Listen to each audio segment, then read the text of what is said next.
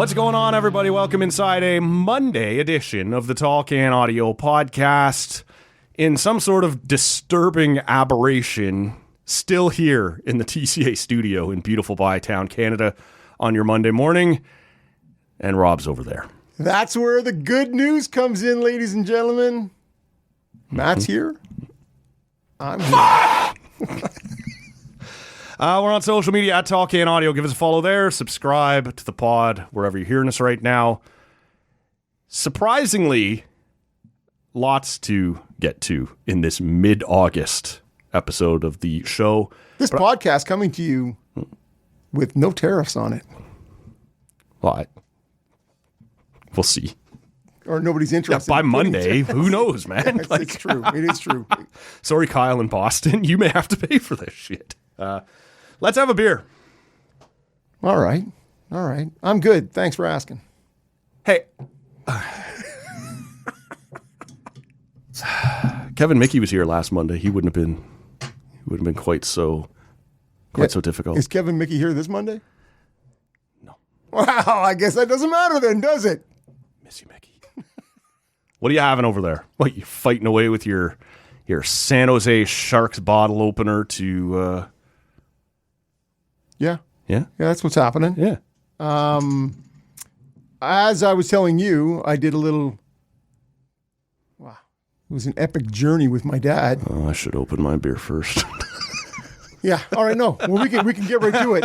This is from. We were up in Manitoulin. Yeah.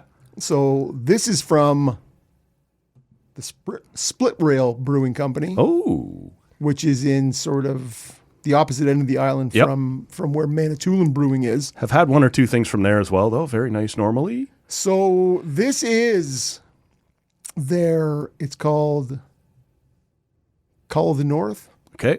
It is their spruce Call tip. of the North or Call of the North? Call of the North. Okay. Not Call of the North. Cull. Well, I think somebody's already done that, man. It seems like you could fire a cannon off up there. Okay. This is their spruce tip IPA. So hand-picked spruce tips by the brewing staff. Honestly, I did a nice little... Makes me think of the Nita spruce ale they have going on. The name escapes me right at the moment, but... yeah, it was good. Yeah. No. So, but this is brewed with fresh spruce tips, and so instead of it tasting like a Christmas tree, it's supposed to be a little honey pine. More. So we are looking for, as opposed to really sort of piney, more of a subtle, sweeter finish. So I'm going to check this out, but.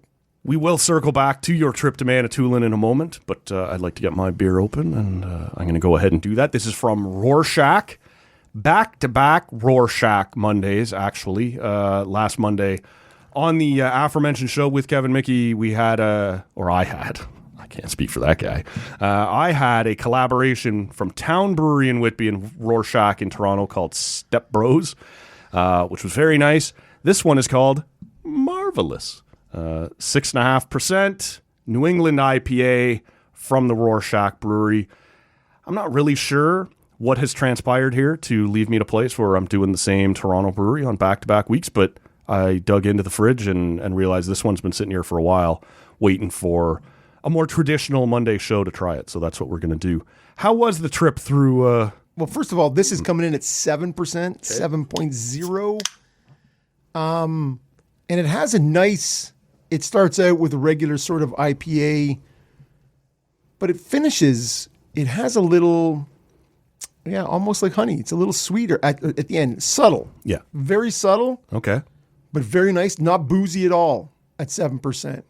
Clear, crisp. Yeah, like to me. Where do you start to put the, look for the warning signs that this might be boozy? Is it 7? Like, to me, I'd go a little higher than that before I'm too worried about that.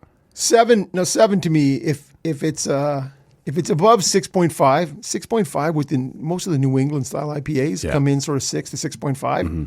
That's kind of become the new 5, right? Like in terms of 50's the new 40. Yeah, this is it. And so 6.5 is kind of anything above that gives me a bit of a okay. Hey, just pay attention. Well, sure, it can get me into trouble, but where it's going to taste boozy, to me, I don't really worry about it till Probably at least 8.5. Okay. See, yeah, all right. I was drinking Poor Choice. Andy's his porter. I'm drinking. Who's coming with me? Yeah, yesterday, and sitting out on the deck listening to the Jays game, and Yeah. it's a nice beer at 6.8. Yep. So to me, that is When, as you know, sort of the replacement, resting heart rate beer for me around here up at the cottage now is the Octopus Wants to Fight at about 7. yeah. Right? See, I'm not there yet. And well, to me, it's not because of the alcohol content. It's because I like that beer. Yeah, it's a good beer. Yeah. And so, it doesn't taste, and so maybe that's numbed me a little to anything in that kind of 7 See, but range. I think it is a little. I think it is a little boozy. Okay. That beer. Yeah. I think you're just lush. Yeah. Well, we can talk about Yeah, that. no one's disputing that. And not that there's anything wrong with it. No. You do you. Not that there's anything wrong with that. How was the trip across Manitoulin Island and some of the other nether regions of our Well, province you here? talk about nether regions. Yeah. North Bay, you're a dump. Oh, Like an actual. The only thing that was missing was a tire on fire. It smelled like Kid Rock. Oh, no. Fresh farts, and old cigarettes. That's like, honest to God, man. Everywhere I went in that place, Just in your vehicle? or- no, somebody was smoking. As soon as I got out of the vehicle, you're like, fuck, man. Am I in North Bay still? It smells like an ashtray. Okay. I was not happy. I should not have given you this platform. I was not happy with my. Well, and I probably went to the biggest. So my dad is looking. Easy. Full beard. Is that Yeah. North Bay or is that Timmins? Full beard? Yeah. Yeah, I think it's up there. Is that the women you're talking about, or what? Okay. Oh, boy. That's silly. Anyways, dad's doing Brewery. dad's doing something. He's like, hey, can you find us someplace to eat? And so I'm like, yeah, I'm looking for pubs. I'm looking for. Harvey's. I come across. Well, you know what? I could have went for the Frings at Harvey's, man. I end up in this Elbows place. up, everybody. I end up in this place called Crown and Beaver. All right. Crown and Beaver. All in, man. Crown and Beaver Pub. Yeah. We roll in there. It's pitch black. I'm like, is it even open? We open the door and there's somebody there greeting us. And she's like, just so you know, our dishwasher's out, are broken. So we're running a real bare bones menu. I bet. So Do you I'm like, have some red Solo cups? yeah. So I'm like, whatever, who cares? Like, just, I'll eat whatever. So On a paper plate. yeah, well, hey now, just you wait, got it. just wait for it, Matt. And so when I sit down, I said, like, what do you have on tap? I'm looking for something local. And she's like, nothing. The dishwasher's broken. It's cans or bottles. And she's like, we have nothing in cans, local. I'm like, you fucking blow. Anyways, she starts running through what she has in cans. And so it came across a Jutsu, right, from Bellwood out of Toronto. So I'm like, I'll have one of those. Yep. And my dad goes, yeah, I'll just have what he's having. We each had an order of fries. It comes on a paper plate. Had to pay $2.50 for a small cup of ketchup. And they charged me $11 for that can of Jutsu. It's an okay beer. It is not an $11 beer.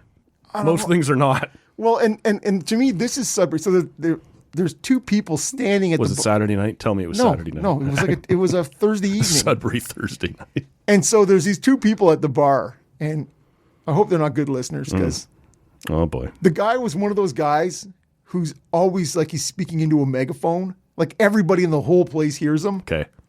And the woman, she's actually seated because she's robust.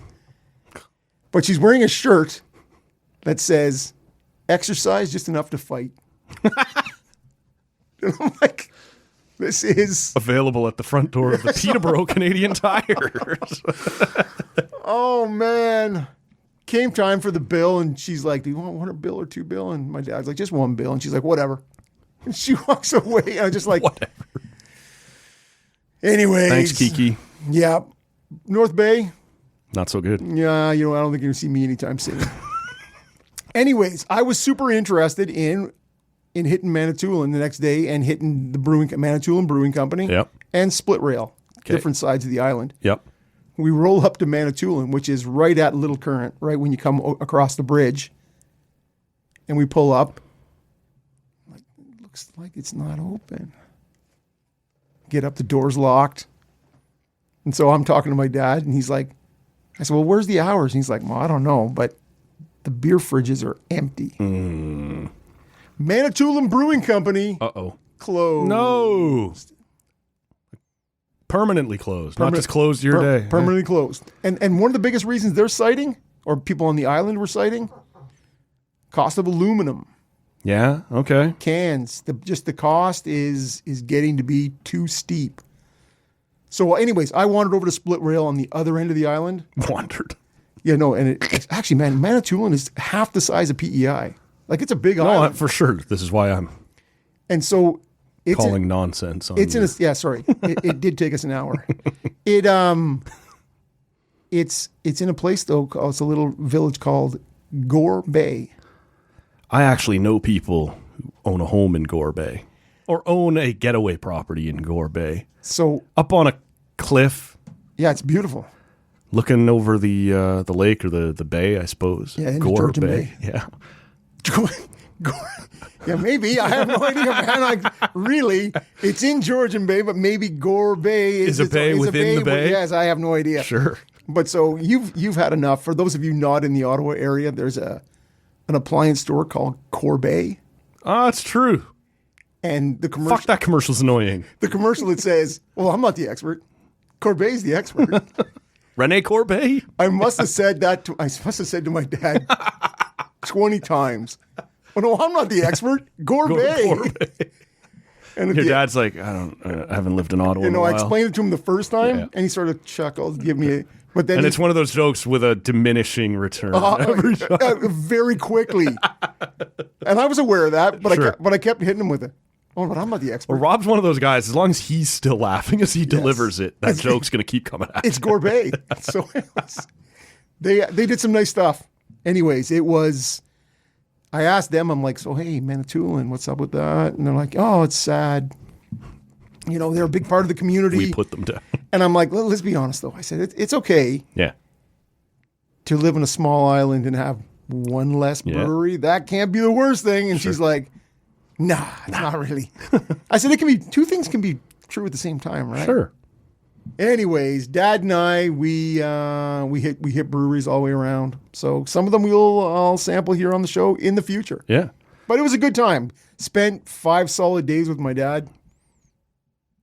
Beautiful. The split rail I have had a few times. Now, I also have had the Manitoulin a few times, again, because I knew someone up there, so my parents had gone up to visit, and they're usually good enough to stock the truck on the way back with a few different things to try. Well, and it's right on the main road. Yeah. You come across the bridge, bam, it's right there. Split rail makes some nice stuff too. So it sounds like if you're ever going to be in the split rail neck of the woods, support these guys, eh? It's tough out there. Well, and they had, like I said, to me, they do a bunch of interesting stuff. This was a seasonal thing, and so it's an excellent beer. I'm quite happy with this. Comes in a bottle. There's something about having it in it's not quite a quart-sized bottle, but it's nice. A little more than a pint. Yeah. Nice cold bottle. Okay. But yeah, it's on the far end of the island, though. You gotta want it. You gotta want it. And if you're there, what the hell? Yeah. You know, you're on an island. What else are you going to do? This is it. And there's ferry's not coming for another 90 minutes. And it's at the opposite side from the ferry. And so the ferry was nice. You grab a beer on the ferry, go up, and because we took the ferry over to Tobermory on the way out. Sure. Good times. Anyways, a beautiful, beautiful part of the province. Man, oh man. I can't remember being up there. Up North Bay. Yeah, sorry. I was talking about Manitoulin more. And maybe not you, Espanola, either, but whatever. You know, man, yeah, no, Espanola, not so good. Yeah, no, not so good. But anyways, it was, and the main purpose we were up there. Well, not up there actually. Dad spent a couple of years living up there, helping set up some natives policing natives. Was the program he was up living on Manitoulin for? Mm-hmm. But we were looking at family grave sites. It's a joyous occasion. Yeah. Well, like I said, my dad's 83 now, and he wanted to make sure that picking one out. Or no. He's actually he was telling me, yeah, well, I'm here. Do you have a plot? Do you want to join me? And I'm like, no, Dad, nobody wants to go. Is that seriously where he's set up his final resting place? No, he set up his final resting place in Warsaw, Poland. Yeah. No, Warsaw, Ontario, okay. which is just south of Lakefield. Yeah. Just north of Lakefield, sorry. On the way to Apsley and all that sweet section of the country. Yeah, okay. Like a good number of the Robinsons are set up shop just outside Port Perry. I don't know who did that first, but apparently that's the place we're all supposed to go now. That's the OG Robinson. I remember, well, I don't have to remember. It comes up often enough, and it has since I was a kid. My dad always saying, yeah, well, I don't give a shit. Like, when I'm gone, that's about you. It's not about me. Like, chuck me in a field somewhere. I don't give a burlap sack. So, well, and I think we'll still allow him to move in just outside Port Perry, but he doesn't seem all that worried about it. Well, see, and it's interesting, and it's, as I said, Dad wanted to make sure somebody in the next generation knew where. So I was looking at a lot of graves of my great-great-grandparents. Okay. But yeah, you got some family members from the late 18th century. So that's old ass. Yeah.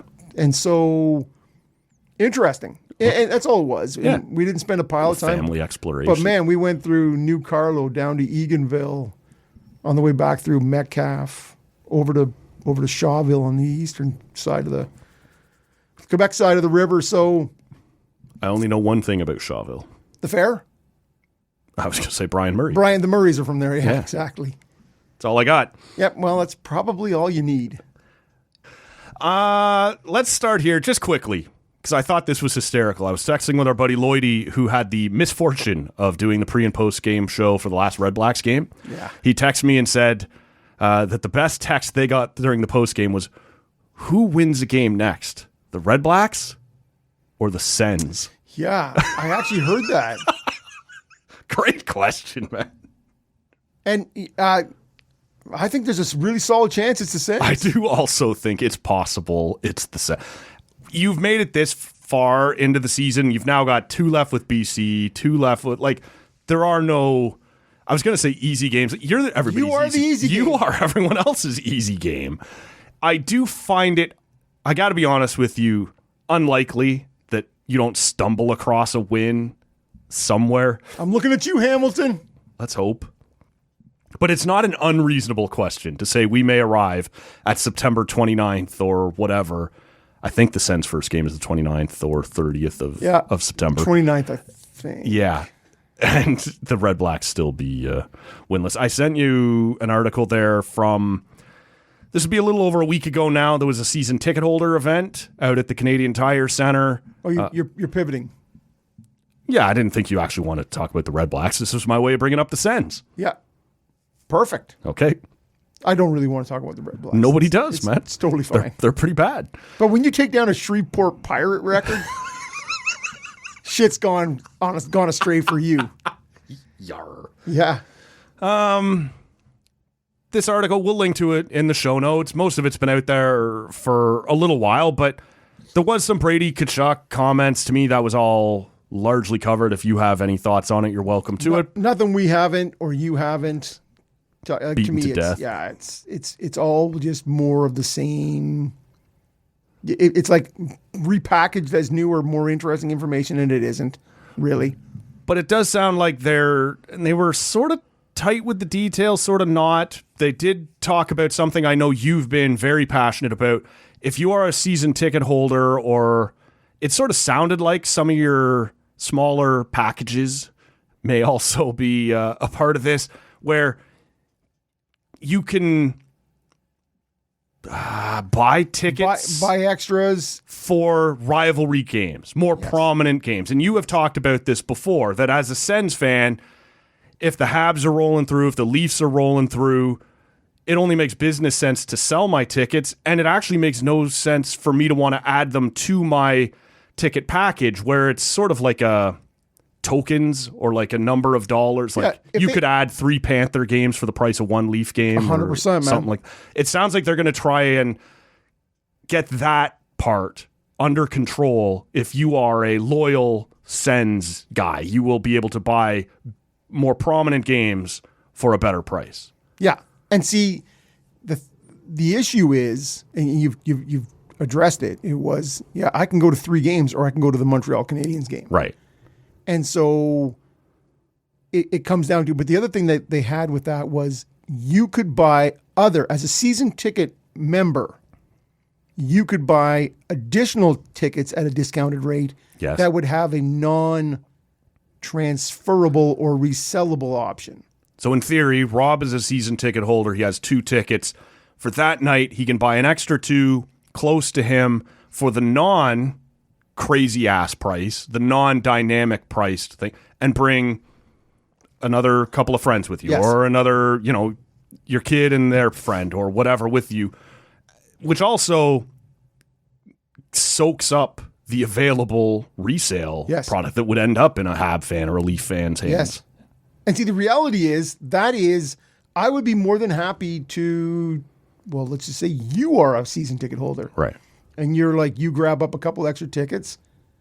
And I'm like, yeah, Matt, I'll take those from you.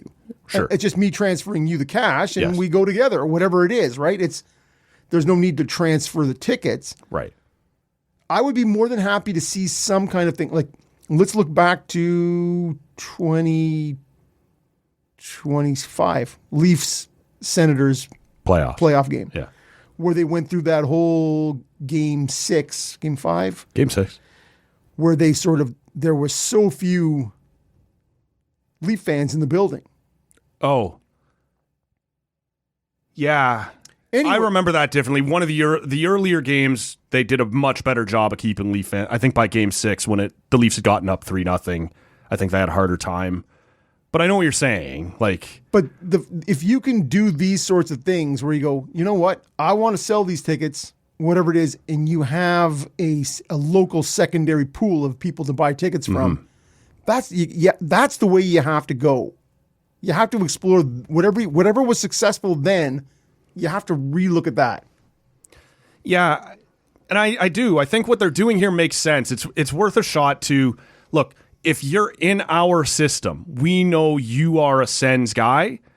Yes. Open it up as much as you can. If you want to buy 6 or 8 extra tickets to a Montreal or a Toronto night, we will do that. But that's no good if you are one of those that's going to turn around season ticket holders who are going to turn around and flip and sell it. No, for 3 times the price. So it does have to be kind of non-transferable. I see why it gets complicated for the team, but if you're going, you're probably not inviting 5 Leaf fans to go with you, right? Like, you are going to go and bring Sens people, would be the assumption, and it's not a crazy one. Yes. So it was worth a shot, and I think this is the only reasonable way to. At some point, if I buy the tickets, I get to sell them to whoever I want. Like, you do run into a bit of a complication, but what they're doing here is we will sell it to you at the non-marked up price, and now it's not transferable. Like, to me, that's the closest cutoff you can make. Yeah. Here. Like, well, because you do have to walk the fine line, which is,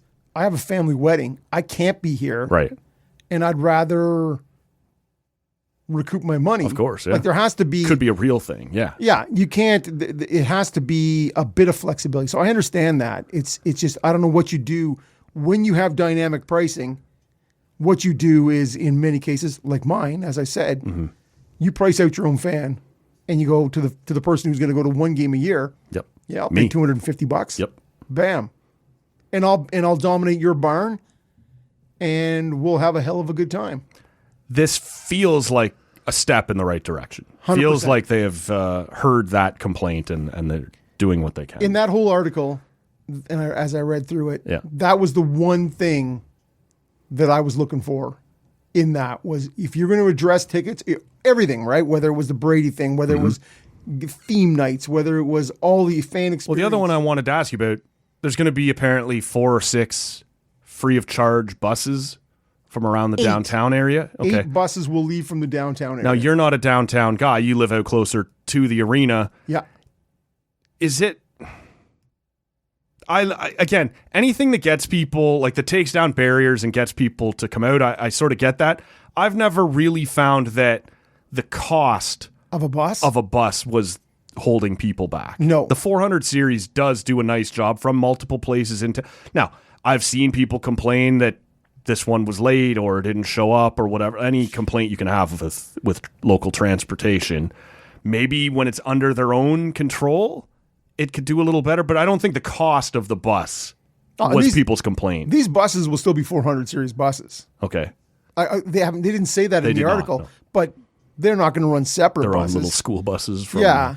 To me, these are an $8, $4 each way. Yeah. Isn't prohibitive. No. When you're paying for a $50 ticket, like to me, and as somebody who goes to 4, 5, 6 games a year, Yeah. and takes the bus, Right. it could not be easier. The problem being, if it doesn't show up, now Well, you've screwed me out of my $50. The only time that ever happened was during the World Juniors. I've never had a game night problem personally. Me personally. Okay. And getting home, like honestly, but that's a big one. You paid a lot of money for the World Juniors. You can't just not show up, right? Like the bus, yeah. I mean. Yeah, I know. So one of those, I missed the anthems. Yeah. You end up having to do. I think I ended up actually having to grab an Uber. But that's honestly in 25, 30 experiences. That's a one time. I can also say for all the times I've gone out there, which would be significantly less than you, but I've been there at least 12 or 15 times. Yeah, right? yeah. I have maybe. We've been there 3 or 4 times together. I try not to talk about it. Maybe twice had an issue with local transit. Like in the sense that sometimes buses are 5 minutes late or whatever. I'm willing to overlook that. Like beyond that, it just is what it is. One doesn't show up. That's a problem. Yeah. 5 minutes late. And if That's local transit. Yeah. And if you are waiting for the final bus that's going to get This you. is it. I also don't do that. I want to go early. Right. Have a couple pints. A beer. Yes. I want to have a dog, whatever. Well, you want to wear your Leaf jersey. I do. And you want to just be with other people in Leaf jerseys. In the majority. Yeah. And shout and do whatever else. This is our house. Yeah. You're not a shouting guy. I understand. No, this. but I like shouting guys. I like to be around shouting guys. Well, which explains the history of right, this right here in this podcast, because I am a shouting guy. It just sucks when we're not on the same side of that shouting, except for that time when I went with you and your family. That was awesome. Yeah. Yeah. 5 We've months. actually done it 10 or 12 more times. You've just never been invited again. That's okay, man. That's okay. Anything else from that article you found particularly noteworthy? No. Okay. No. I although I got to be honest with you. Yeah. They did pique my interest with the home opener will be like no other experience. They put an emphasis on that. Yes. Yeah. Like nothing you've ever seen. And I'm like, We're going to play naked. What does that look like? I have no idea. So it almost a lot was. of dongs flopping around. It's in the cold. Flopping was generous. Matt is very focused on the nude and the dongs. I don't even. Who is the home opener? Philly. Okay. They play the Flyers. Yep. So that seems like a 2-1. Somebody's winning there in overtime.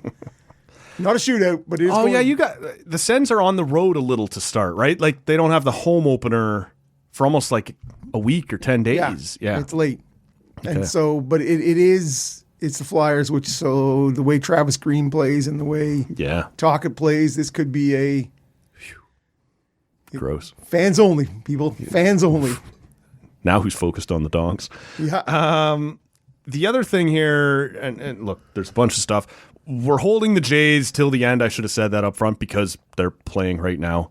So we'll save that. I want to talk to you a little bit about the Leafs. I know you love that. We'll hold on to that for a little bit. But I do. There has been some, I don't know, it seems like the league is just openly now, we're going to go to Texas. It's for happening. One of our expansion it's teams. not even like, is there going to be expansion? Is there going to be expansion? Yeah, they have every year this European media tour. Junket? It's a great word. I don't know where it is this year. Like last year, it was in Italy ahead of the Olympics, right? The year before that, I believe, it was in Paris. It's in Germany. For no real reason. Germany makes sense this year. They're going over there. 4 teams? And next year. No, Senators, Blackhawks for sure pre-Christmas.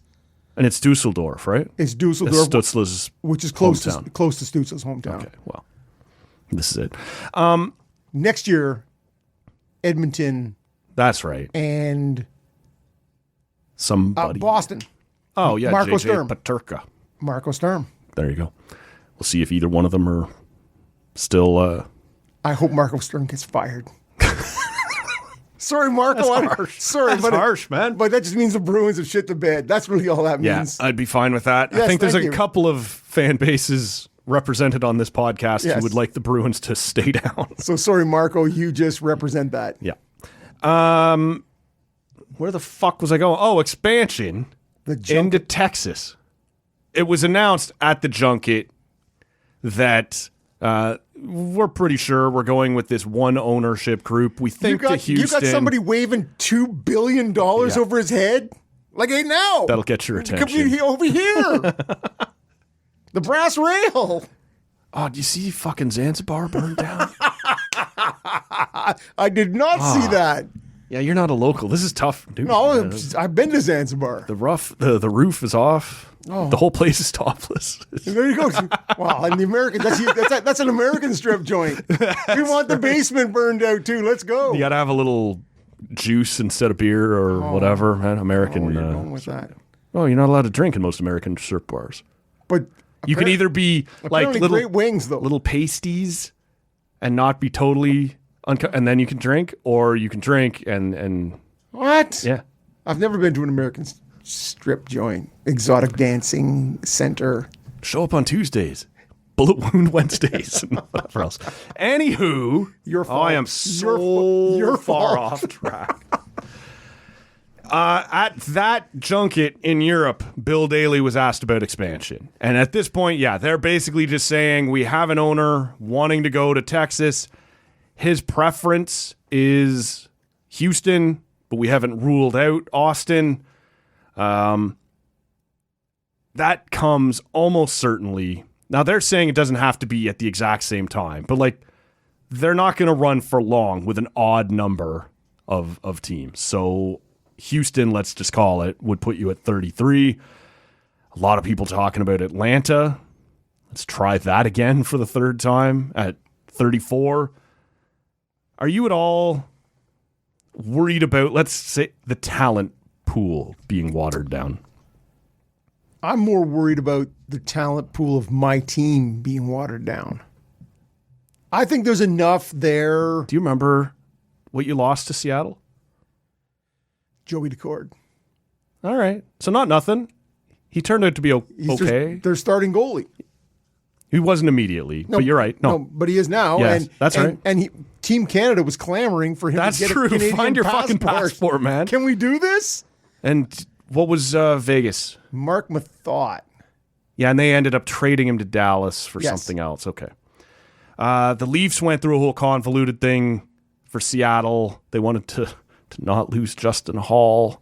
Why would you? So traded for Jared McCann, and then gave Seattle the choice between Kerfoot and McCann. They took McCann. He scored 40 goals, and Kerfoot didn't. So good choice by them. I don't remember what the Leafs did around the Vegas. I think they just said, we'll give you Mitch Marner in a few years, and that's probably... Hold this in abeyance. Just see what happens in a couple of years. We'll give you something good. We promise. Oh, it might have been Brendan Leipzig. Oh.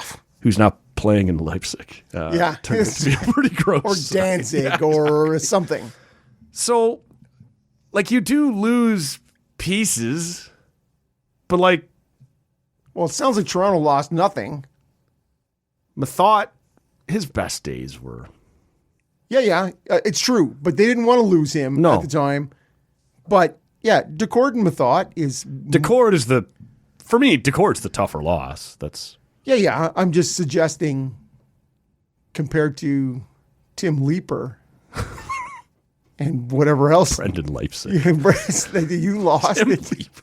We'll send you the Jays third base coach or whatever the fuck. First base coach. I think he was a first base coach. But former Ottawa Lynx skipper. Yeah, okay. And so... Polish him up a little. Yeah, for sure. But most teams didn't get crippled by this. You saw it in how Vegas got built versus how Seattle got built. Everyone tried to galaxy brain the Vegas thing, and Vegas took advantage of them. Yeah. And when it came to Seattle, it was just like, just take your guy. Don't even talk to me. Like, we're not doing any stupid trades here. We're not getting first round picks into this. We're not. Like Minnesota to Vegas lost. Minnesota. They lost Eric Holla and if you hear me. And Tuck. Like they lost both those guys. Tuck was in I think Buffalo. Tuck came from Minnesota. You're right. I want to say Tuck and Holla was what they gave up. And they gave up. Well, the Panthers were the same, right? Marchessault and Riley Smith. Yeah. Yeah. Like stupid. So stop doing that. Stop doing those dumb things. And Seattle was like, Could you keep doing it a little longer? Any chance? No. Yeah. No. Just Get out of here. Just take your guy and fuck off. Yes. Sorry, Ron Francis. So I don't know, like when we do Team 33 and Team 34. Do you know how many years there were in between Vegas and Seattle?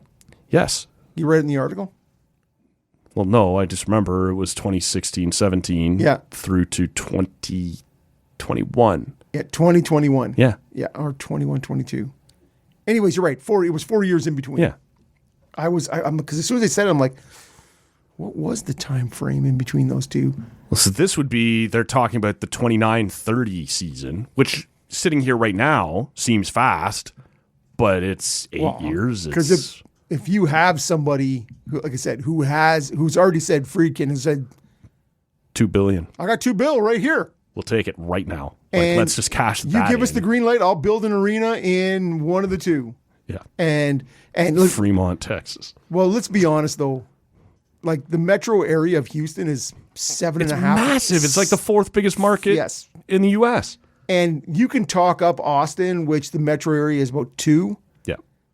And they go, and it's growing and it's cool. Well, it is the fastest growing metro center in the U.S. And they're talking about it in the same way they talked about Vegas. First in. There are no other pro sports teams there. Sorry, Austin FC. You are the first pro team in there.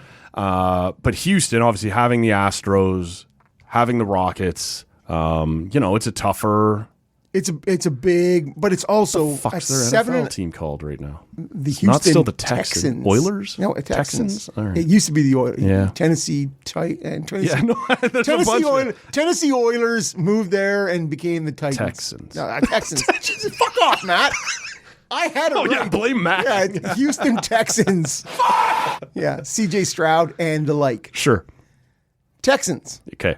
It is Texans. So you would be the last guys into Houston. You could be the first guys into Austin. So that's the potential selling point and how well that went in Vegas. So, but that gives you Ottawa Senators vibes, Salt Lake City vibes, Winnipeg vibes, like the first in Columbus. Yeah, but it worked in Vegas.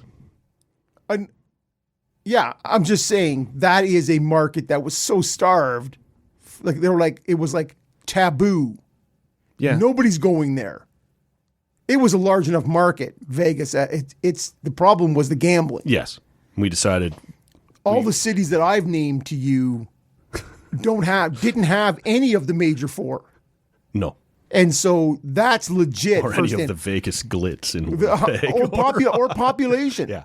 Right? And so Houston has none of those problems. Like to me, Houston is all day. But you're crowded.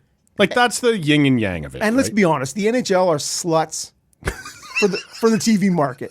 Am I right? Yes. Yes, like you are. They would not have hung on. Gary just leaning back, spreading them. And Come on.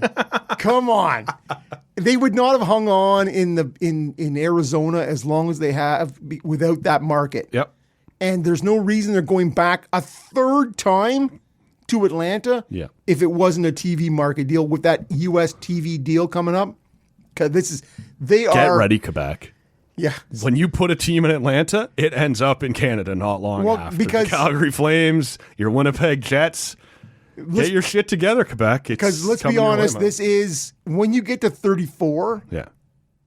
You have used up all of the viable markets. You are talking relocation. But Gary would tell you 32 NFL teams all in the U.S., 30 NBA markets all in the U.S., except for Toronto Raptors, 29 MLB teams all in the U.S. of 37 of 32. So he in the NHL. So he would tell you there are unexplored American markets that should have a franchise. Tell me those names, Gary. Do not give me fucking Phoenix, Arizona again.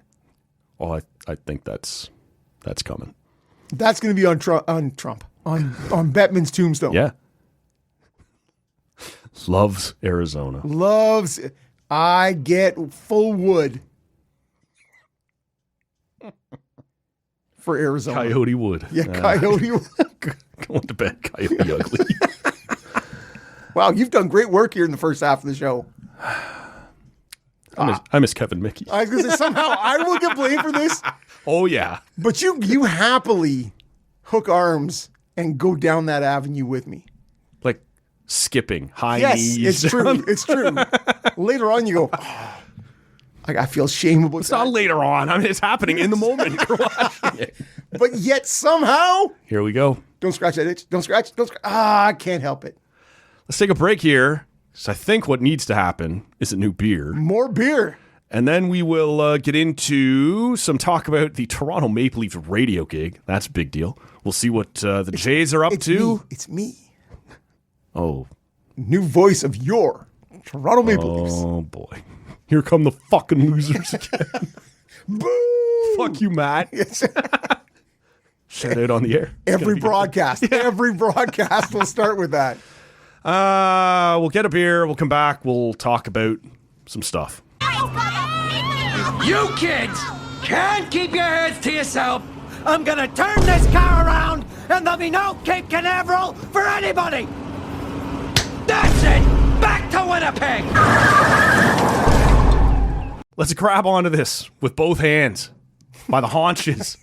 The second half of the Talking Audio podcast for your Monday. We got lots still to get to. We'll talk some Blue Jays here in a moment. We'll talk some Toronto Maple Leafs in a moment. I can't wait. I know people love that. What have you grabbed second there out of the refrigerator? I have gone with my boy Stevie G. He took his kids on a Griswoldian kind of To a brewery? odyssey to the East Coast. Okay. Oh, boy. Like drove Yeah. from Ottawa Yeah. through New Brunswick, Nova Scotia, into PEI and back. I know a guy who did that recently. Miller? No. No. I thought Miller was saying the Guy married to a PEI chick who just drove out there with his kids earlier this summer. terrible idea. Agreed. This is from Saltbox Brewing out of... Sorry. No, carry on. Do you need a moment over there? Carry on. That's a salty box. That was not helpful. Yes. Okay. So, man, what are you 12? Yep. Yeah. Stay that way, man. I get that at home all the time. Drinking, who's coming with me? I get it at home all. What are you 12? And I'm like, yes. Pretty much. And I hope to stay that way Yeah. till the day I die. Saltbox Brewing out of Mahone Bay, Nova Scotia. Patrick Mahone. Yeah. So, Mahone, Oh. like Pug Mahone. Pug Mahone. Exactly. Anyways, this is their stout coming in at 4.3%. Okay. So I'm looking to back end with something, a nice little malty goodness in the second half of Back the show. in that salt box. Yep. Whatever that means. Yeah. It means less salt. I've got one over here that one of us has had on the show before, and I can't remember if it was me or you. It's from Burdock down in Toronto, the Ducks IPA. That's me. Okay. It's a West Coast. It says American IPA. So I think what's the percentage on it? 6.3. Okay. You try it and tell me if it's not full on West Coast hoppiness. Because that's my recollection it was kind of a hoppy. I can see why they're calling it American, because it does have a little of the West Coast hoppiness, but without the snap or the crisp. Like almost, can we lean to both coasts? Be a little juicy, be a little New Englandy. Can we be a little juicy? northeastery? Yeah, we can. It's fine. You want to be everything to everybody. You're going to fail at all of it. Yeah. Pick somebody, is- be that thing to that. Get in your lane Yep. and stay there. Agree, man. Let me ask you this, because I saw this. I don't know. There's almost nothing to it. The 3 best things another guy can call you. Buddy, Not on the list. champ, Not on the list. boss, Not on the list. chief, Not on the list. In fact, Big- you've now named all 3 on the worst things another guy can call you. big guy. 3, King. Have you ever called anybody? Never. No. So you and I both know a guy named King. I've Yes. called him King a couple of times. Called him the broiler. But never a bunch of things. some unfortunate things. Lots Never walked up to another guy and go, "What's up, King?" Never. I have heard cool dudes do it, I don't appreciate I've it. never heard anybody. And if I would mock that person loudly into their face. 2, brother. What's up, brother? I got time for that one. Yep. I think that's high. Yep. That's high praise. I got a couple buddies who that's Our brother. always their address to me is brother. Yep, right. That's interesting, Rob. The way Rob frames that up. He's not giving that to anybody else, but other people will. I almost wonder if Both those guys don't actually have brothers. I do, and I don't like them. So you sort of I'm actually doing you a favor. by not calling you brother, but by you calling me that is a term. There's affection there. Now, leading up to the number 1, I have seen this a few different times, framed in a few different ways.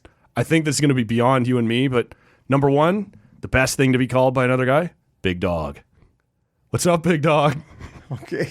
Well, see, buddy, big guy, champ, like the boss, like those are on the worst list. But you're going to call somebody king or what was the one? Big dog. Like a guy. That to me is like.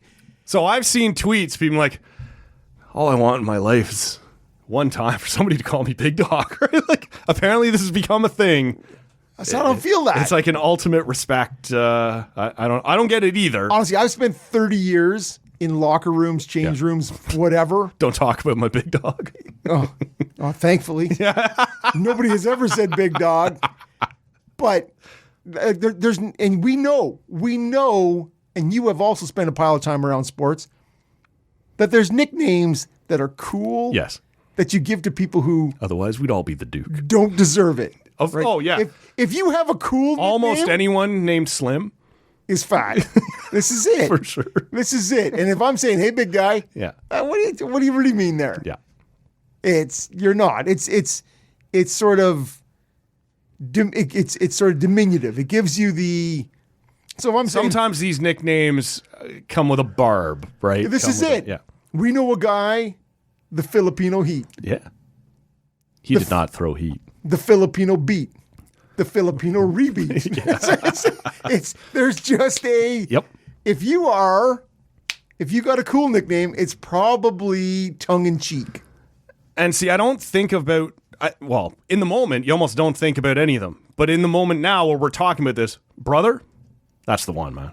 Now, I also came up in It's got a very Hulk Hogan feel to it. I was going to say, a lot of wrestling Brother! people. Now, when you do that to somebody, it's a little less, Yeah, what's up, yeah. brother? What's up? I don't have brothers. So maybe the opposite of what you're talking about. But that, right? no, that is what I'm saying. The Yeah. two guys that both they don't have brothers. To me, brother is high praise, man. Yes, That's- I agree. Yeah. I agree. And that's how I take it, and I try and share it back. But whatever the other one was, Big Big Dog, You're not feeling the big dog. Big Dog, and King. I am so not feeling King. I don't think I've ever called anyone not named or last King. named King Yes. King. I don't think that's ever happened. But No. I'm not cool either, so what do I know? No, and that person's not cool either. Okay. Sup, King? This is it. Yeah.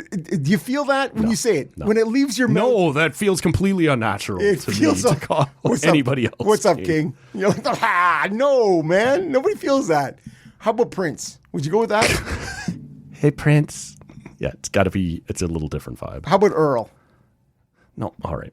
Hey, but have you ever known anybody named Earl? I've known people named Earl. I've never known the Earl of something or Okay. 3, I've never known anybody named the Earl. the Earl of whatever. I don't know. Your dad guarded some important people back in the day.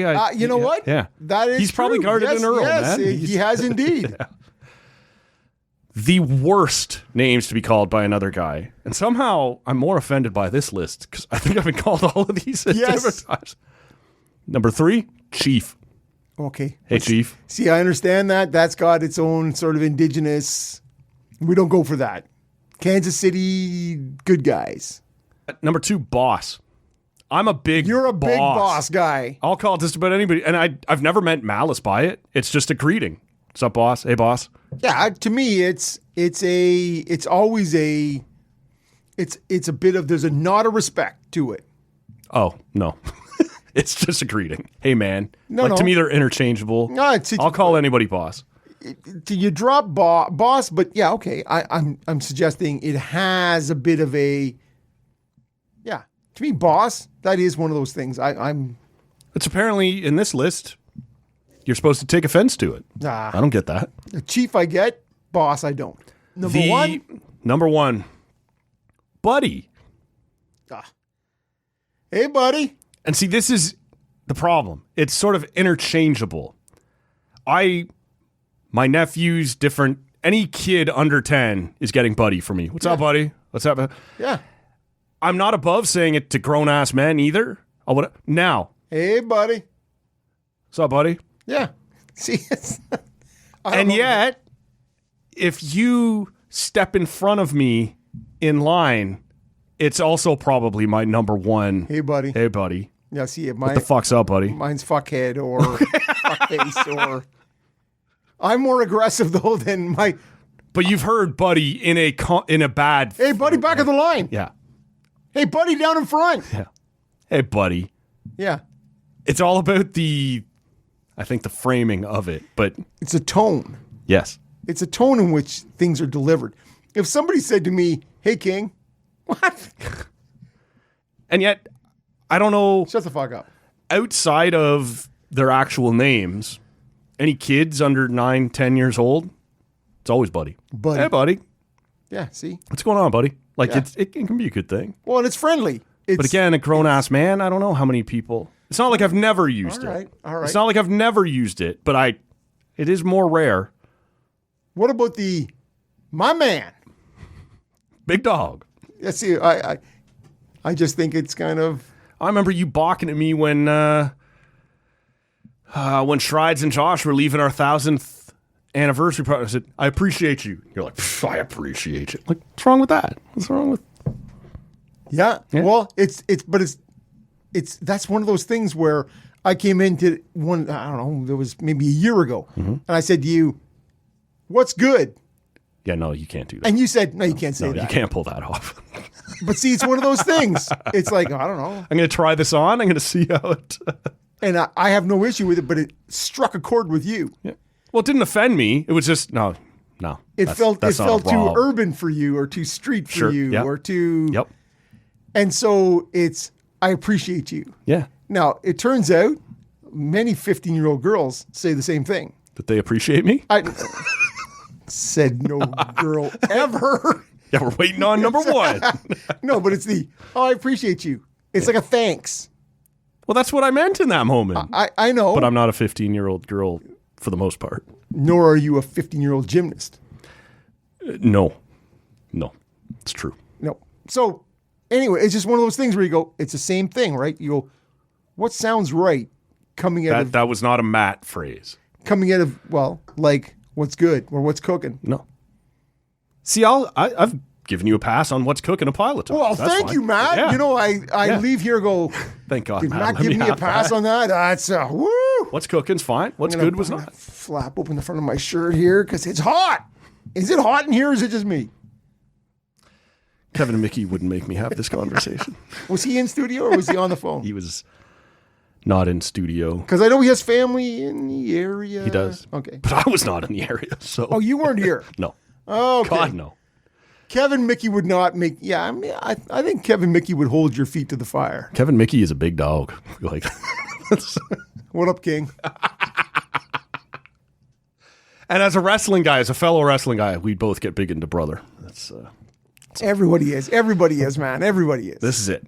All right. One last thing before we get back to the sports, because I saw this on Twitter, and I thought you might be quick enough to think on your feet here. We'll see. Oh, challenge laid down. Make band names bigger. The example given, Maroon 5. Is Maroon just 6. Maroon 8. Yeah. Okay. Yeah. So you were quick enough. You caught it here. But it doesn't have to be just bands with numbers. Like Dinosaur Jr. is Dinosaur Senior. I thought that was kind of funny. Can we go with Judas God instead of Judas Priest? Okay, so there is that one here. Yours fits as well. They went from, in the replies here, Judas Priest to Judas Pope. Okay. All right. So that works. Yeah. I went with Finger 12. And I went with Thick Lizzie. Okay. Thin Lizzie, too. Thick Lizzie. That works. Yeah. And also the other one I put in here, 6450. Yeah. All right. I get it. 5440 for anyone who does not. Okay, sorry. That's all. Yeah. All right. Anything coming to mind for you here that was Nope. Blue Oyster Religion was in the replies instead of Blue Oyster Cult. 10,001 Maniacs was one of my favorites. 10,000 Maniacs? Yeah. Yeah, I get it. Red Hot Ghost Peppers. Yeah. Super Duper Tramp. How about Red Hot Carolina Reapers? There you go. The Toronto Maple Leafs, as reported by the Toronto Sun and a couple other places, have apparently narrowed down their choices or their options to replace Joe Bowen, who... Seems like bullshit, though, right? The two choices? Yeah. Well, maybe, if you'd let me finish the intro. No, I just wanted to get my... Here's what Rob thinks. Moving on to replace Joe Bowen as the radio voice of the Toronto Maple Leafs. And for whatever you might think of Joe Bowen, he is pretty synonymous with the team. This is a big replacement for them. But after, I guess, what they would like you to believe is an exhaustive search, Yes. they have landed on Jim Hillier. either the AHL voice of the Toronto Marlies or the son of the last guy, Yes. David Bowen. When I looked at it and went, really? This is the Toronto Maple Leafs. And I got into this a little bit online with a couple different people that was like, well, they're obviously just cheaping out all over the place. And I have time for that argument. Maybe they are. But John Chaika was a creative choice. Like, that was not an obvious choice. I don't know if it was a good choice, but that was not what we all were sort of clamoring around 3, 4, 5 different old boy options.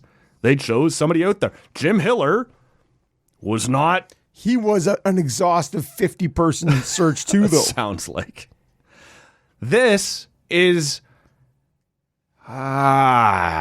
before we debate the options or whatever, I have gathered a quick kind of 40-second collaboration Nice, Matt. Good for you. from each guy. So we know what. Do you want to hear the AHL voice of Todd Crocker or Joe Bowen's son, David Bowen first? I want to hear the AHL voice.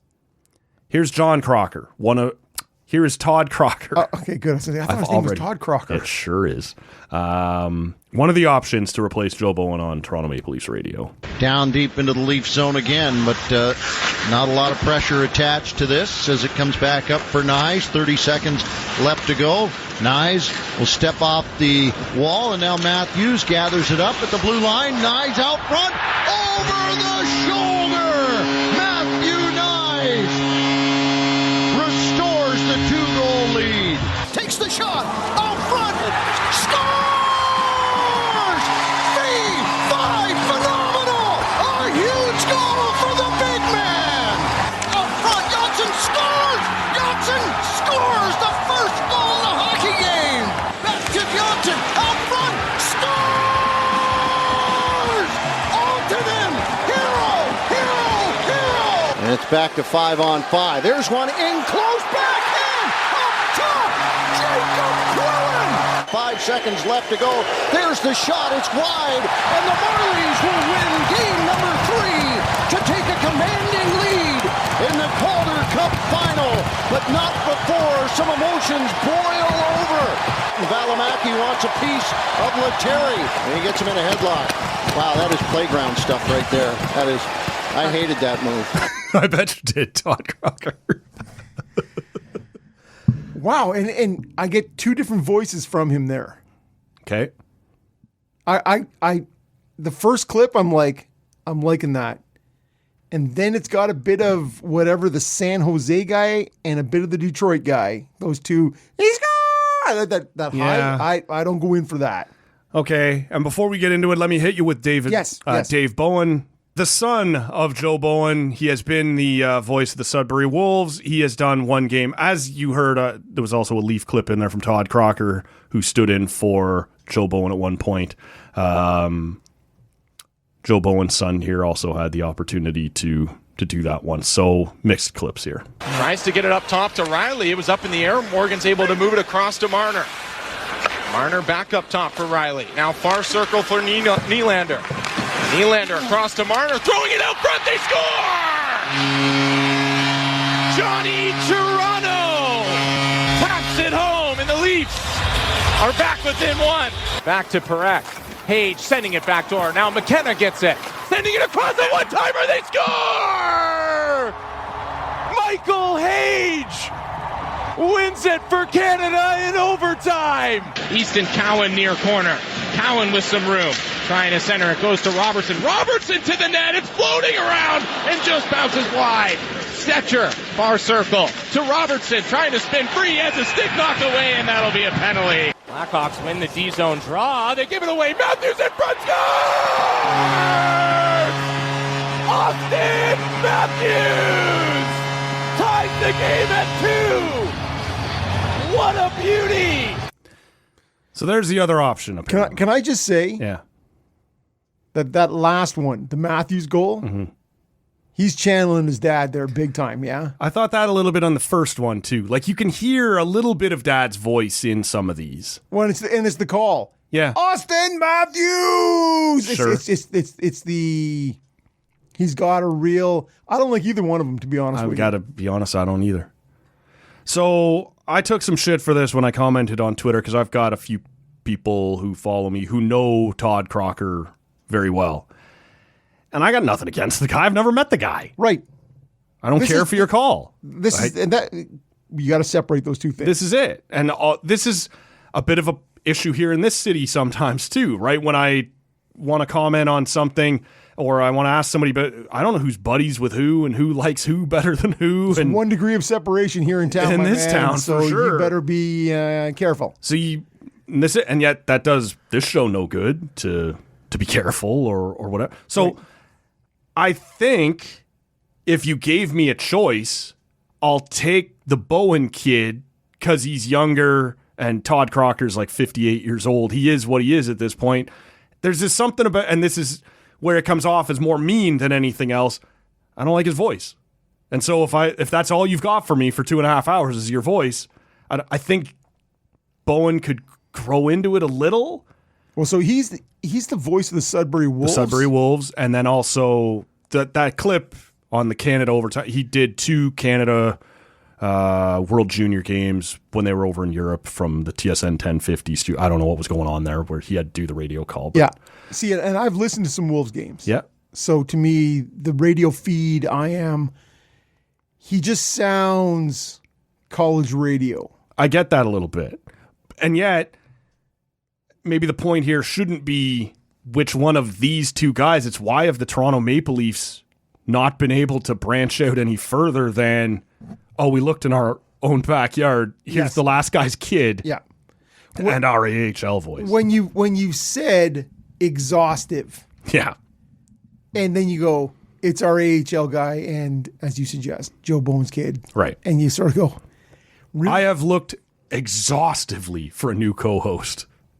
Yeah. And I've landed on Schreids and Bunda. Already into good people, good guys, love them. But you know. Moving forward, I didn't look that on Monday, Steve Bunda. Right. But I didn't look that hard, clearly. Yeah. I already got their phone number, so that's the... Yet is the key word there. Right.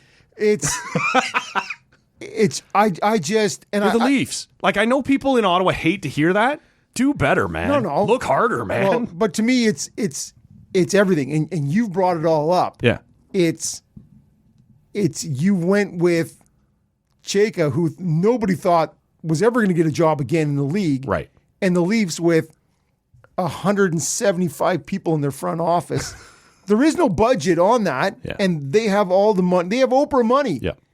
Oh, yeah. Fuck you, money. This is it. And so to end up, I don't believe Chayka was the cheapest option. No.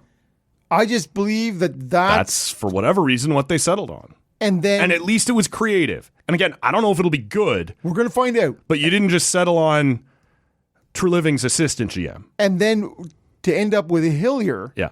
And again, that's like you had all these options. That one does smell a little more like cheaping out, though. And you've ended up with Jim Hillier, and you're like, that's a defensive... Anyways, we got a lot of time for that. We will, yeah. But that's a weird choice. Yeah. But you couldn't pluck if somebody is saying to you, when you start to look at it now and you go, it's not like people were banging down Chayka's door to get that job. No. And Or Hillier. and Hillier was like, you got drummed out. Yeah. And now you're like, We don't even want to interview Bruce Cassidy. We're just going to take Jim Hiller. Okay. yeah. It's a ballsy thing to do, but let's see. You don't have time to... I don't even know. The St. Louis Blues radio guy. The Peoria Rivermen or Yes. River Rats or whatever. Like, Yes. can we look around a little? Right? Like... No. No. And that to me is That's what all it is. this is to me, too. When I listen to, and I don't care what the market is, Yeah. but when you hear, and again, the two names escape me, and the guy in Philly had a bit of that too before he was asking people to blow him. While you're down there, would you mind blowing me? Yeah. See, I think we're still on the air, Tim. Not for long, Tim. no, exactly. But the San Jose guy who's been there forever, and the Detroit That's guy. their TV guy, isn't it? The one you're thinking of? I'm Like just- nasally kind yeah, of... and it's good. Yeah. And it goes, and you're like, I hate that. Yes. And so, Tampa had one of those for a long time to... well, see, It's over! Shut up. Tampa with the Condor, whatever his name is, that guy, man, I hate that though. Yeah. And so to me, I'll give me a good strong voice. I want just a good strong voice. To me, there's something in Crocker here that's a little too nasally. And Yes. I'm sorry, at 58, no, like... All right. I guess the thing is... So David Bowen it is.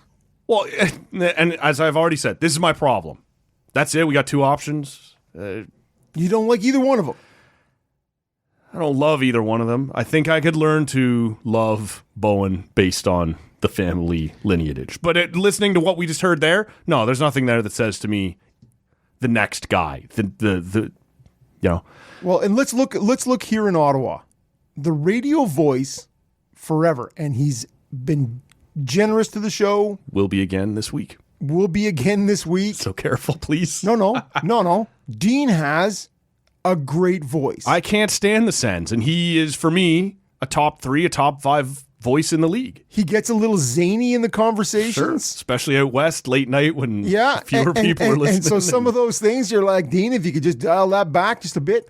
Jacob Silfer. There's a F and a V, Yeah. and he always Silfer. But in terms of It's hometown radio. the voice. Yep.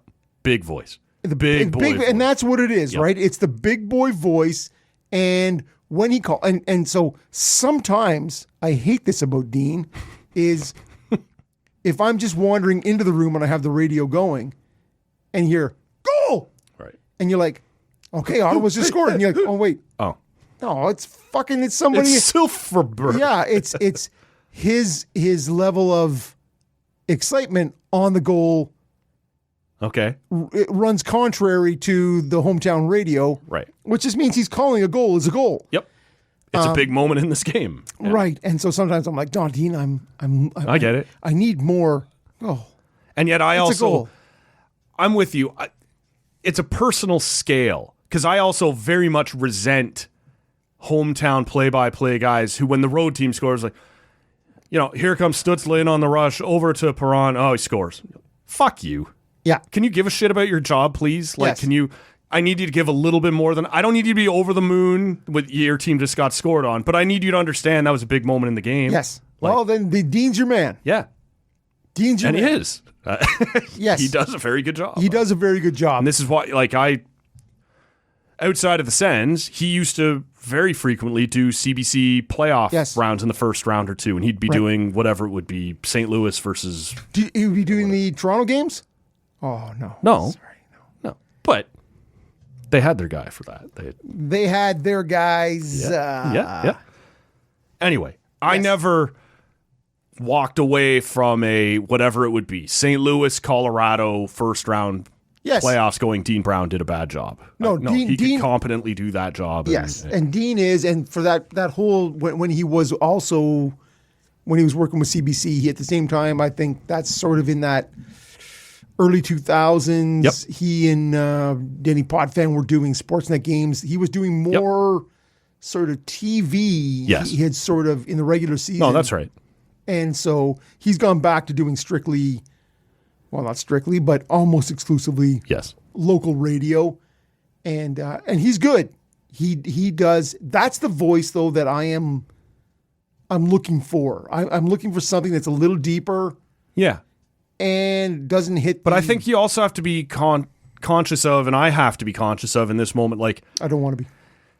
Joe Bowen, while not having the voice of Dean Brown, calls a good game. And it's the game he's been doing it since 1984. That's the only radio voice, unless he's been on TV from time to time. Yeah. So am I punishing Todd Crocker or Dave Bowen or am I just looking for you to be a little more creative? And at least, and if you do a exhaustive search and come back to these two guys, I guess that's fine. But I just think the Leafs need to do better. So we talked about, and Kenzie Lalonde is a local and somebody who's done Senators games, P-Dub games, Women's Worlds games. Yep. All those. Yep. Right? That when she gets excited and the voice goes up, Yep.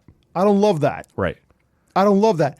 I think her call of the game is growing, but it's the same thing. It doesn't matter, male or female. I don't want the voice. I'm not attracted to the voice that goes up high, Right. male or female. No. And so, Well, and these are those ones that you're talking about where they get up there really. I'm talking about Tampa. You're talking about San Jose, that kind of high. Score! Yeah. No, stop. Right. Like, Yeah. yeah. No, I get. Now, and I can say in defense of Kenzie, who I know you're not attacking. no, I'm not but attacking she at all. is. This did not come from her, but I spoke to somebody 6 or 8 months ago who said she is also very cognizant of the fact that people don't like that over-the-top woman's voice. And so she doesn't want her voice to crack. So she's almost putting this governor on herself Yes. of like, I have to be excited, but if I go up here, I'm going to bug. And so it almost mutes. Yeah. So But she's again, still young enough. She'll find her. For sure she will. And to me, it's not even a woman's voice. We've given 3 male examples, Yes. 4 male examples. Of voices that do. Chris Cuthbert can do it.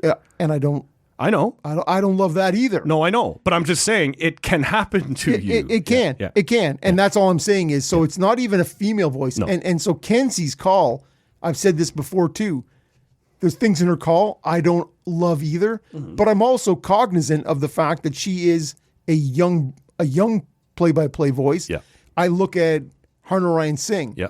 There's some of that where I'm like, Sure. I don't love some of that, but I'm willing to let him and Kenzie grow into that, as you've talked about with David Bowen, or to grow into that role and to become accustomed to it. Like you get a little gravel, a little leather on the voice after years of As you calling the do. game. Yeah, yes, and so with all those options, so I think of what you've offered me, those 2 offers.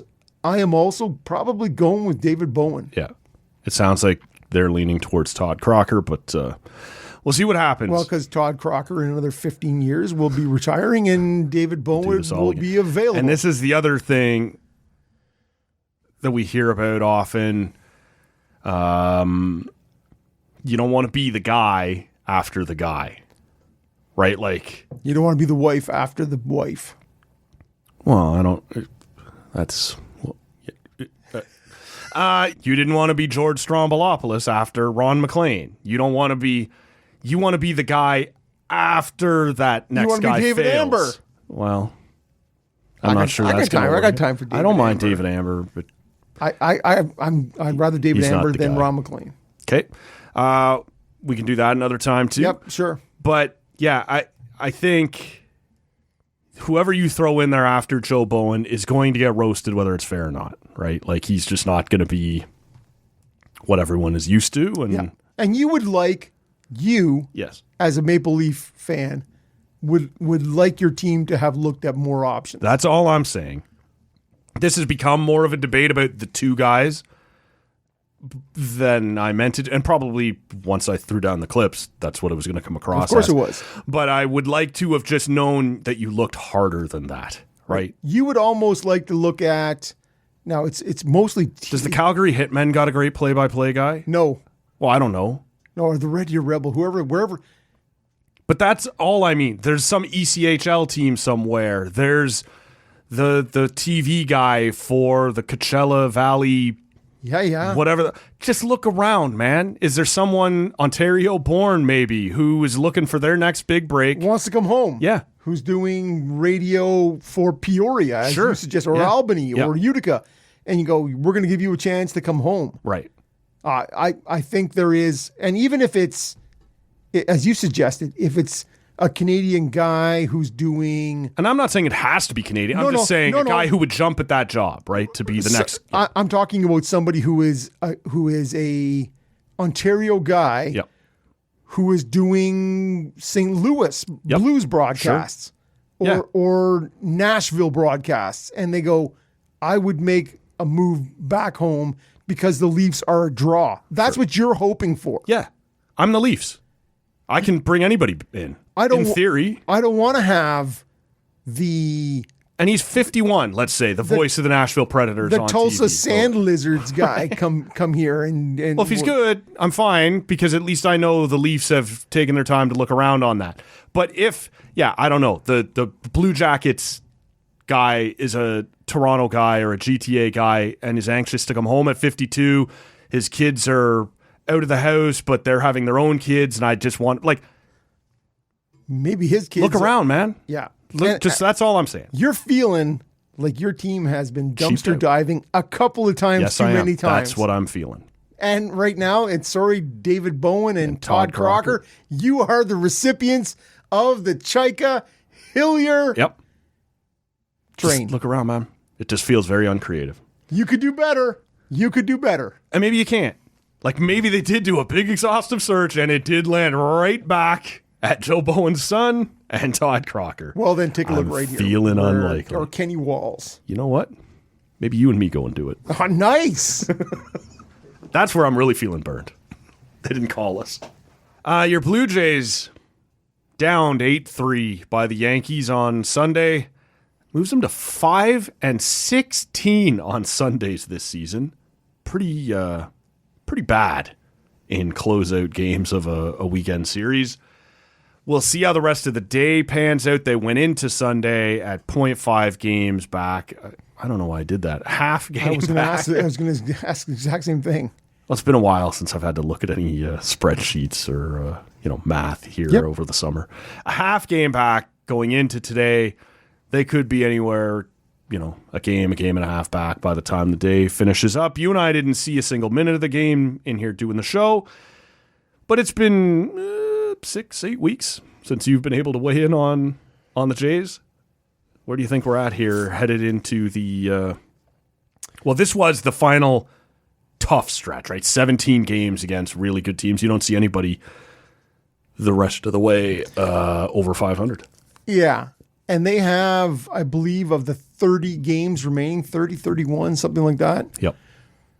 They have 17, I believe, against teams around them in the wild card. They have the most, that's the highest percentage of games with those teams in your area. Teams that you're fucking around with. Yeah, I'm not sure if I'm explaining it right. Yeah. No, but teams that are in the race with you. Yeah. And that's fine if you got your shit together. Mm-hmm. And they have. Honestly, they lost this series to the Yankees. It's the first in 6 series, I believe. I'm not counting that Chicago one game. Which was also technically a Sunday that got moved and we lost that. Was that a Sunday? No, it got played on a Thursday, but it was a Sunday that got rained out. Yes, okay. All right. Sorry, that doesn't seem No, right. I know. They've been playing, and it's funny, I saw an article. 3-3 this week. Rays and Yankees. Yeah. On the road. And you'll take it. You'll take that. Yep. For sure you will. Yep. And those are the two far and away the best teams in the AL, mm-hmm. at least record-wise. Yep. They've been playing good ball. Like I said, I just came across an article. I looked at the headline, and it said, the new style of baseball the Jays are playing have got them back in contention, or whatever it was. And you're like, you mean getting the occasional hit, Base hit. and playing solid defense. That's a difference, right? That in the first half of the year, there was Jimenez was giving up errors left, right, and center. Clement, like the middle of the infield, was not good. They couldn't hit. No, you were still, and hopefully they learned their lesson here this week. You were still trotting Jesus Sanchez out into left field, clanging things around. Like, that was brutal. Yeah, like sure was. Super brutal. And there's this code that says you don't show up your teammates. And the camera kept going to Scherzer, who was like, dance force, man. Who was like, what the fuck? Fuck! Yes. Fuck off, bitch. And guess what?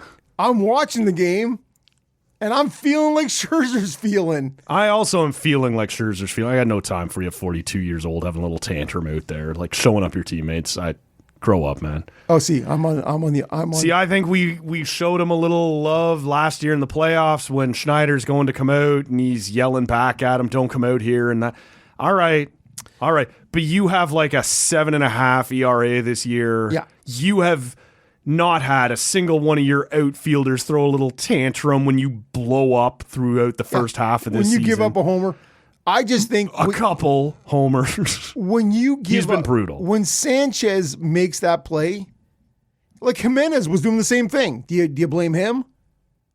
Well, in which? Because there was two. When the one where Sanchez is running in at the trop there, yeah, I know. Yeah, and Jimenez is running out, and then Sanchez is like, okay, you get it. And you're like, fuck, it's way harder for Jimenez to get that ball. No, always the guy coming in. Yeah, and you're like, supposed to take and he shots. runs like 20 feet to the left of the ball, and you're like, and Jimenez is. I'm not here to defend Jesus Sanchez. Yeah, but Jimenez is also like, got his hands up, like, what are you doing, man? Yeah. And so, anyways. Scherzer was more animated. Sanchez was, but I don't blame Scherzer in that moment. Well, we disagree on that. Yeah. And that's fine. Yeah. But I'm like, fuck you, man. Yeah. Oh, yeah. No, I got some of that in me, too. I'm a Hall of Famer. You should catch that ball. Yeah. There's got to be a bit of that. Sure. Anyways, I've been enjoying the last month and a half. Sure. 2 months of Blue Jays baseball where there has been a bit of clutchiness. There has been glimmers of the way they played in 2025. Yeah. I just think I don't see how this goes anywhere without Vlad. Like, the pitching has been so good. Yes. And the hitting has been so poor. Yes. Right? We saw through Thursday, Friday, Saturday, like the 1 for 30 or whatever the fuck it was with runners in scoring position. And you're like, well, yeah, you're running Miles Straw out here. You're running Bateman out here. You're running, and look, God love yous. Like, some of you Bateman's hitting 300 in 20 games. Yeah. I got no beef with. I'm just saying. Yeah. I understand what you're saying. We got a bopper here somewhere. Someone who's got any. Like, what is George Springer doing? Well, he's sort of half here, half not. No power anyway. He'll golf a single up the middle or something. He was 3 for 4 on Saturday. I know. Okay. And you're talking on a Sunday where they lost 8-3. And I haven't seen that game. But right. But you are talking where they've lost the first series. They've had. No, this is not being flustered with this series. No. But I'm saying especially the last week, they've hit more homers in the last week than they have in any other week of the season. I just don't think, despite the great run they've, and every team has these runs. Like Boston had that run to get them way the fuck out ahead of us after being dead and buried. Yep. I think the Jays have had their run. I don't think they're going to suddenly die.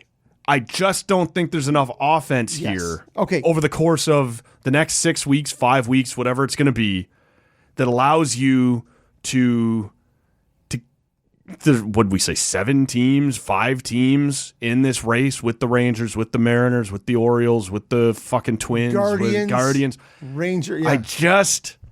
I don't think the offense is going to be there. Right. And I think, to be sustained. I think you're right. And what it comes down to is the pitching has been good. Yeah. They've played better defensively, and they've had a bit of clutchiness on the hitting. And people can rightfully point out some games you should have won, like that Cubs game on the Thursday. Like Yes. you could have had. There are missed opportunities here that you just can't afford to miss. The one Varland Yes. blown save. Yep. In Chicago. There are moments here where you look at it and go, fuck, you probably needed that. You dug the hole so deep in the first half that Yeah. I think they hang around. I think they get that third wild card spot. Wow. See, the thing is, and I thought where you were going with this is, they beat the Yankees last weekend. Yes. In a 3-game series. They lost this week, but you're talking about a Yankees team without Giancarlo Stanton and without Aaron Judge. Well, and at different times, it's been without Rodon, it's been without Fried. Like Cody Bellinger just came off the IL. Like Yes. they're beat up too. Yes, but you're in the last 2 weeks when you go, they went 3-3. Yeah. In 6 games against the Yankees. Yeah. But it's And finished the season series tied now. right. And so, but you are talking about where you haven't for the bulk. Sorry, of it. I think lost by 1, but They're in there. yes. And you haven't seen Judge for a lot of it. You haven't seen Stanton. Like, to me, it is you are life and death with this Yankees team That is damaged. that is damaged big time. Yeah. Now, I don't care. Yes, we've seen Cole in the last week. We've seen Schlittler twice. That's Cole no, also missed the first part of it. Like, But the yeah. fact that these guys are that far ahead of you and they've been beat to shit Yes. worse than you. Yes. And so where I am in agreement with you is now, due to the way the playoff system works, Toronto, if they slid into that third, they'd get the Astros or the Rangers. Or the Mariners suddenly hanging around again. That'd be fun. Yeah. So it is one of those things where Just get in. Just get in. Those aren't great teams No. you're talking about because in Nobody fact, is. But the That's why third, you're still here. the third wild card spot, if you're hot, you get the weakest. Forget about the 2 middle teams, which Yeah. will be the Yankees, Red Sox. Yeah. The winner of the West is the spot. Right. That's the thing you're looking at. And you're like, we could fucking beat those guys.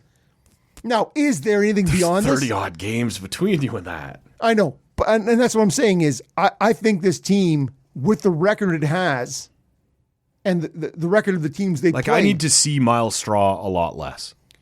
I need Agreed. I need to see Jesus Sanchez in the field way less. Never again, maybe. Sure. There's a call up coming here or two on September 1st. Well, in between Schneider, was it Keys Daz or- Cameron? Yeah, Daz Cameron. Yeah, Daz Cameron, Lucas, Sean Keys. Bateman, there is a bunch of things in the outfield. I The was lineup's talking, just not that good. well, it is not. No. It is not. And it's never going to be until Vlad. And he's not coming back this year. he's not.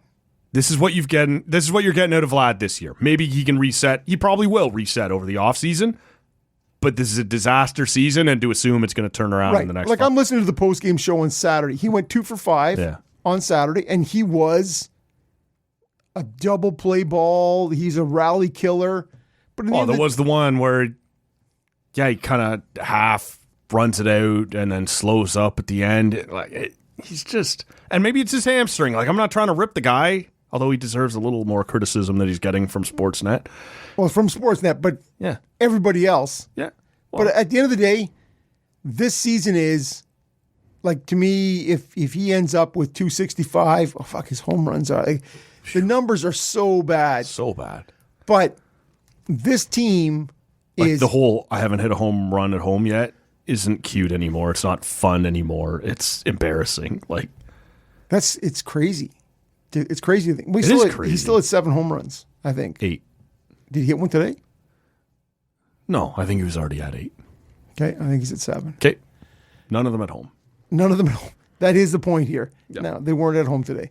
It would have been difficult to hit one at home today. I will grant him that. But it's a long home run. But so it is, I am looking at what the aspirations of this team are. And you go, are you happy? I'm pointing at you. Are you happy with this team making a wild card? And maybe beating the Astros? I am Is that over the moon if they are playing games beyond the regular season, because they have, in my mind, been dead and buried since June So what if 1st. they come up a game short of that third wild They card? have still made this, I'll say right now, Yes. more compelling of a season. That they have shown some fight. They have shown some of that clutchiness we all love, right? All of that stuff is true. I just think somehow this lineup is, man, like other than Kirk right now, there is nobody doing their share of the heavy lifting.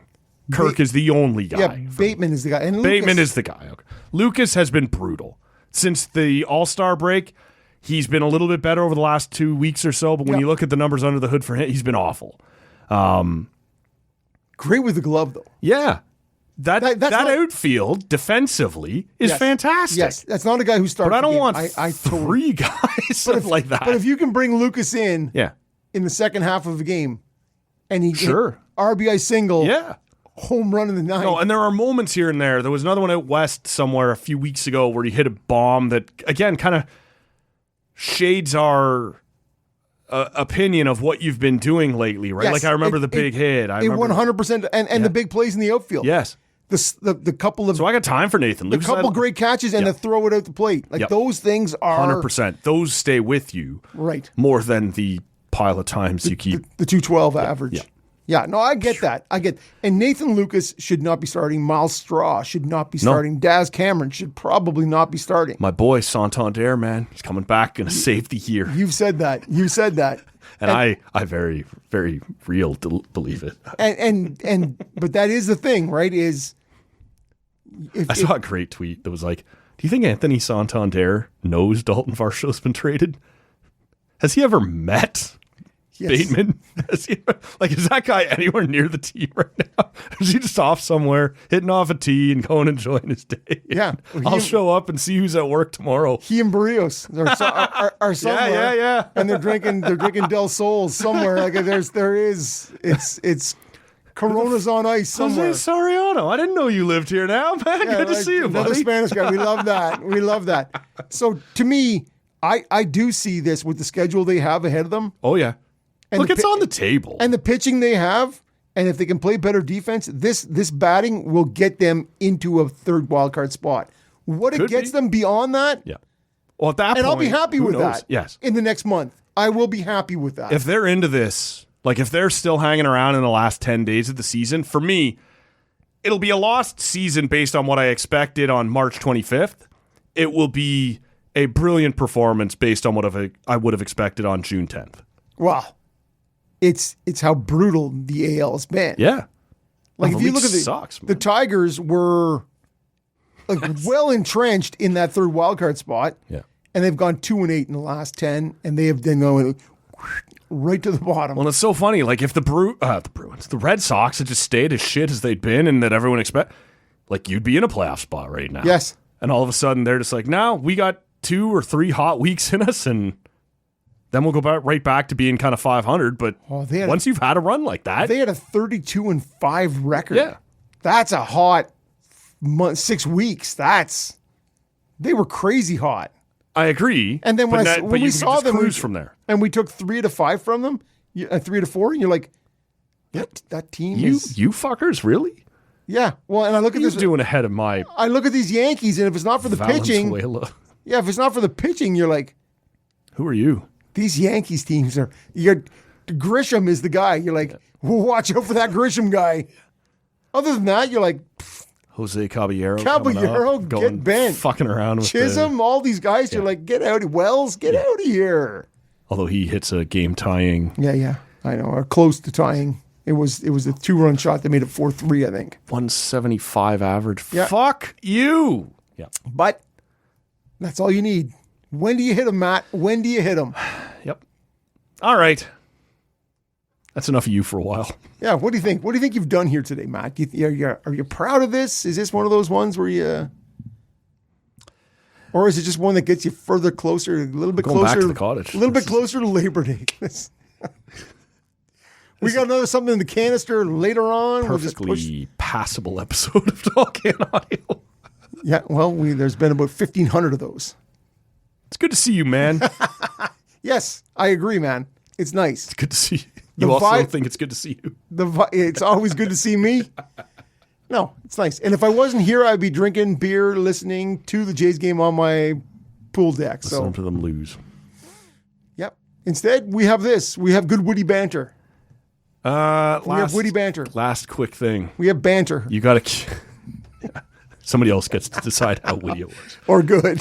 You're driving somebody out of the house here in the next couple of weeks down to 100%. first day university. Do you remember your first day of college? Oh, man. It was a minute ago. I do. Yeah. I remember both, college and university. Right.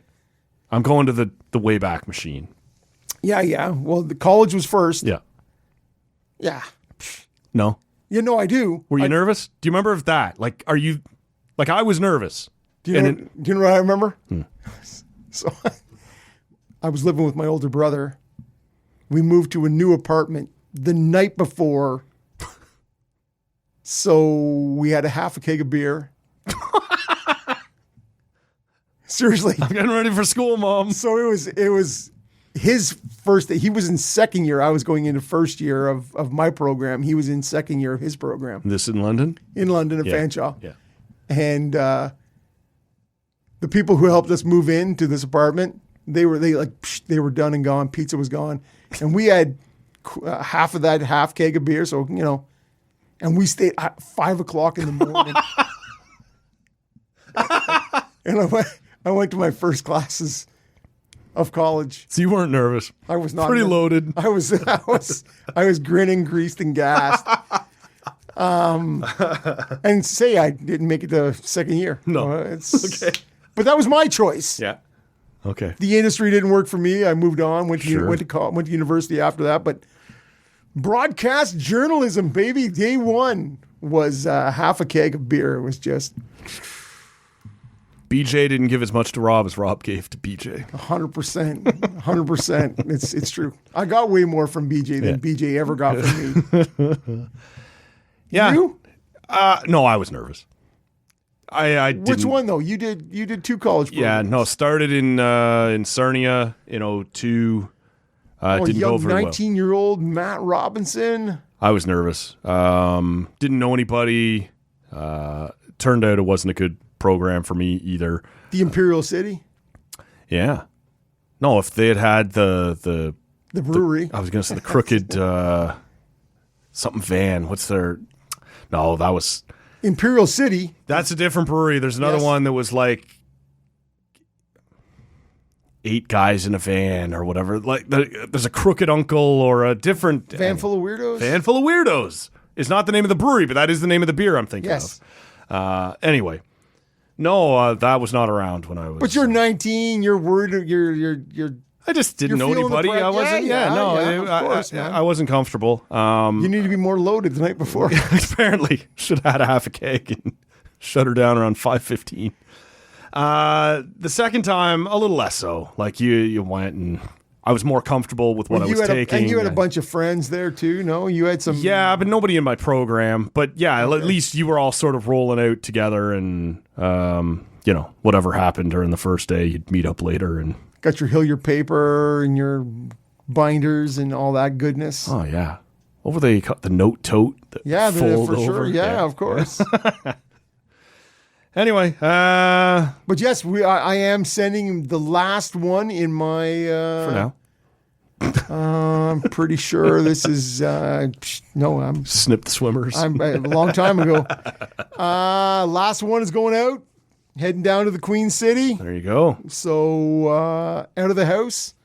So yeah, it'll be last time Rob puts on pants till Christmas. Well, Thanksgiving probably. Sadly, Yes, Matt. yeah. Sadly, the reading week. There's now a fall reading. Really? Week. Yes. You lazy fox. Now it's after Thanksgiving, so it's only 4 days. But yeah, they sort of like right after Thanksgiving, like part of that week. Yes. Okay. They take the Thanksgiving Monday and they roll the next 4 days into a. It's only like 3 weeks into it. 100%. All right. She'll be down there for a month, then she'll be home. Now, when I said that to her, she's like, "Oh, I'll be home before then." I'm like, "What? Oh, you're hungry and Yeah, poor. no, come on. She's in res with a meal card. Just get going. Yeah. If you don't come home, I'll top up your meal card. This is it. Send you cash. Send you cash. All right. We will send you all some cash for listening to this shit show. No, we won't. No, probably not. No, that's not. There's zero chance that's going to happen. the same account that Rob will be sending out the college meal top-up account. Taco Bell on campus? Yes. Was there one of those at Fanshawe? Yeah, there was. There was one on in Sarnia as well. There was not in Belleville. The bean burrito at 59 cents. God. Come on, man. $2, blow 3 ya up. burritos. Wham! Let's I was up go. way too late having the last half of that keg, and I hit the Taco Bell 100%, and man. exploded 9 minutes later. Yeah. Thanks for listening to this one. Stick around later on this week. You're going to hear from Dean Brown and Kenny Walls. It's play-by-play week here on the Talk and Audio All Pod. play-by-play week.